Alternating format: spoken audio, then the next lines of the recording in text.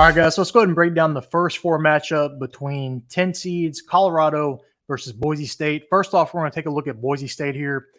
I'm kind of shocked they are on the 10 seed line. Now, I said all along going into the NCAA tournament, as far as where they were seated, Mountain West teams, it's going to depend on what did the committee think of the Mountain West. And obviously, with the rankings they got as far as seed line is concerned, they weren't too impressed with the Mountain West because apparently New Mexico was not going to get in unless they won their tournament. Obviously, they did.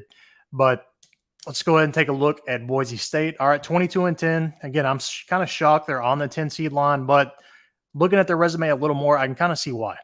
All right, now they have a big loss to Clemson. That loss looked worse and worse as the year went on. Clemson is a tournament team, so it's not a bad loss, but Clemson looked a little less impressive the more they got into ACC play.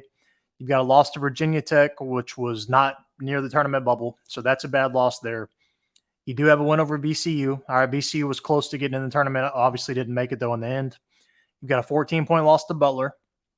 That loss, similar to Virginia Tech's, kind of on the outside looking in the bubble, too close to 500 for them to get in, so that's not a very good loss there. Now, they do have a win over St. Mary's. That's what I'm kind of impressed by here because I'm high on St. Mary's. I had them in my preseason Final Four. I think that's a legitimate win for Boise. So I think Boise can play if they can beat St. Mary's. And then obviously you get into the Mountain West games. But before that, they did lose to Washington State, which we know Colorado can beat.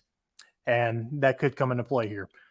Looking at the Mountain West games, all right, they beat Colorado State, beat Nevada, lost to UNLV, beat San Diego State. So they've beaten all the top teams pretty much.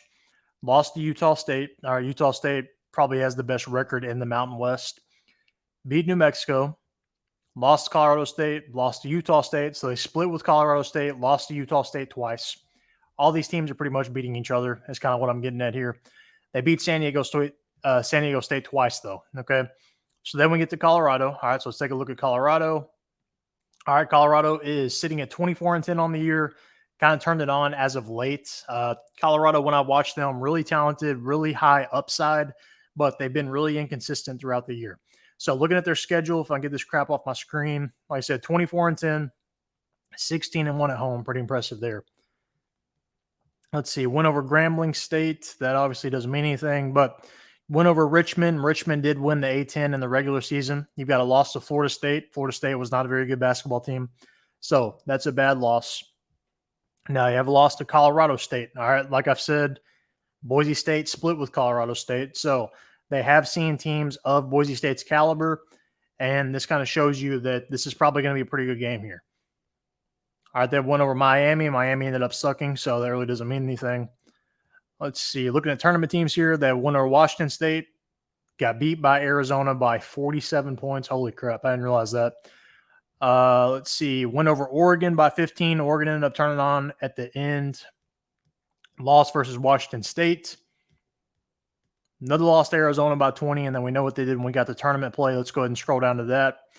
In the tournament, beat Washington State, then lost to Oregon in the championship.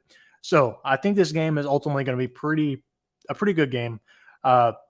First impressions before looking at all this, I leaned Boise just because I know they had beaten St. Mary's, but looking a little more in depth at some of their losses, I think the comparison between these two is pretty simple. Boise is probably more consistent, okay, and more seasoned of sorts. Colorado, you've got young upside with some of their players, and they're kind of starting to gel at the right time. They got a few different transfers in, freshmen, et cetera. They kind of, the pieces didn't fit at first, but now they're starting to get in the groove, for Colorado. And they're looking like they're peaking at the right time going into tournament play. Because before the conference tournament, they weren't even necessarily in the tournament, you know what I mean? But that Washington State win really bolstered their tournament chances.